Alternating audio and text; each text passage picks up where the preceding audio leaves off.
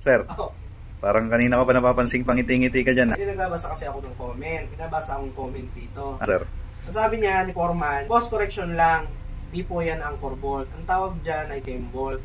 Ang anchor bolt po ay eskwala sa dulo. No? At tinatawa niya dito yung video natin na naghanap ako ng testing center para doon sa anchor bolt. Okay? Yung sinasabi ni Foreman dito na anchor bolt daw may eskwala sa dulo. Tama siya doon. Ang tawag doon, J-bolt. No? Anchor bolt yun. Yes, sir. Ngayon, eto, anchor bolt din to. Baka hindi lang familiar si Foreman. Ang tawag dito is headed anchor bolt. No? Yung dulo na yan, welded hex ang tawag dyan. Yung head na yan, nagpo-provide dyan ng bearing, no, against sa concrete, no, to resist yung pull out. Ngayon, siya sabi ni Foreman ng mga chem bolt, yan, anchor bolt din naman yun. yes, sir. So, pinagkaiba lang nila yung way of fixing.